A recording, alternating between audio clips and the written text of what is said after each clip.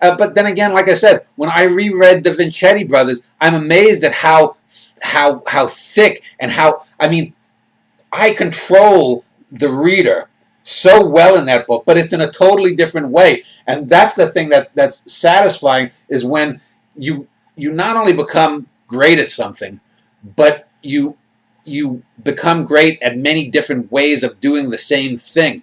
And if I had, I mean, it's very easy. I could have very easily just recapitulated the writing style of the Vincetti Brothers, but the Vincetti Brothers style brought into A Norwegian in the Family would not have been the same book. It would not have been as great. Same thing throughout this trilogy. It would not have been as great. And so that by constantly changing and bringing in the total immersion now into these plays that I'm doing, it's just a very satisfying thing. And that's one of the reasons that I talk to someone like you, or I talk to someone like Tom Evans or Alex or some of these other writers that have asked for some of the books, is that I want them to see that I'm not just tooting my own horn. I'm not just, putting a hand down my pants and saying, oh, I'm great, I'm great, I'm great. I'm showing you that this is how you can write a great novel, but you don't repeat yourself. Just like I didn't in all of my omnisonnets. Even though they are omnisonnets, there's dozens of types of omnisonnets, and even those that follow similar paths have far different. I might write a similar omnisonnet about a beautiful flower, about the death of a dinosaur, and about a serial killer. But and so all of these books, they're not only great works of art, but they are works of art that, if you really look at them, they are virtual blueprints. They are virtual how-to manuals of how to do these things. And no matter how great Moby Dick is, no matter how great A Tree Grows in Brooklyn, no matter how great the plays of O'Neill are, they don't have that quality. You can't. Yours is a greatness stands for hermeticism.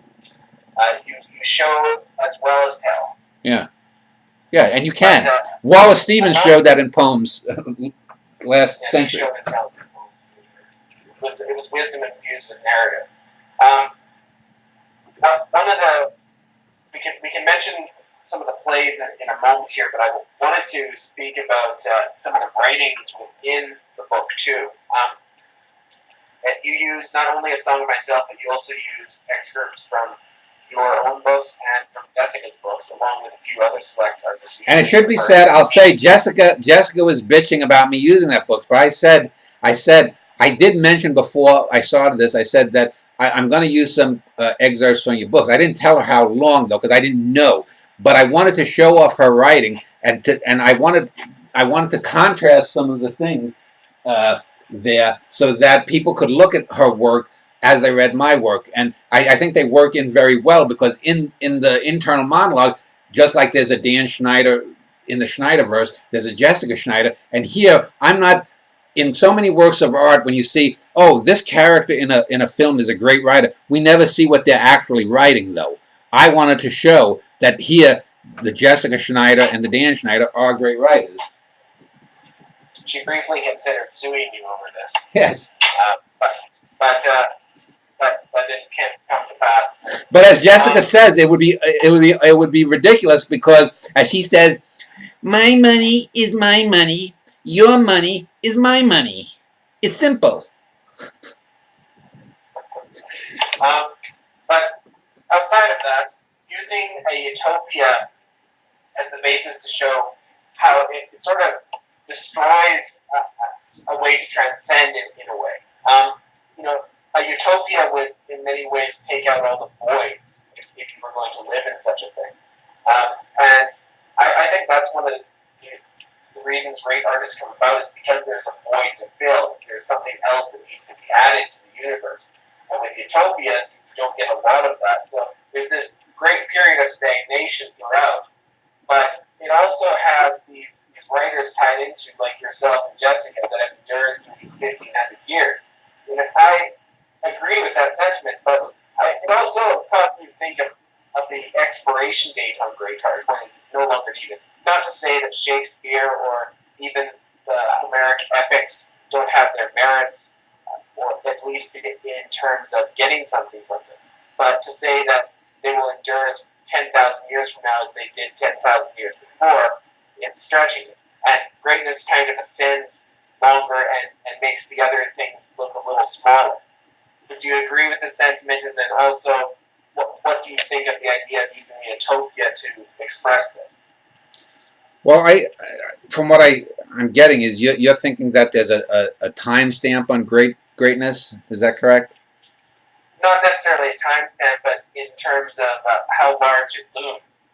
Well, yeah, I mean, and I would argue the only way that you could say, for example, some of the great Greek classics, the plays of Euripides, Sophocles, and who's the other one? Euripides, Sophocles, and Aeschylus. Yeah.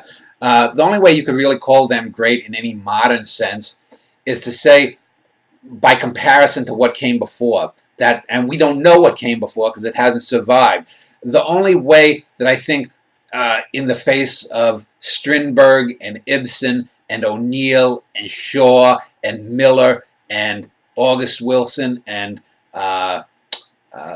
Tennessee Williams and some of these other great playwrights of the first half to middle of the 20th century, the only way you could say Shakespeare's plays are great in comparison to that is, again, to compare them to the Elizabethan stuff. Because, you know, if you look at Shakespeare's characters, they are not, I mean, I remember when asshole Harold Bloom came out with the book saying Shakespeare, the invention of the human, or whatnot. He had a book title, something like that. It's like, asshole, you read Shakespeare, the only character that even comes close to being a fully modern human being, a fully rounded human being, is Iago. And even there, you know, there's no one that comes close to Stanley Kowalski. Well,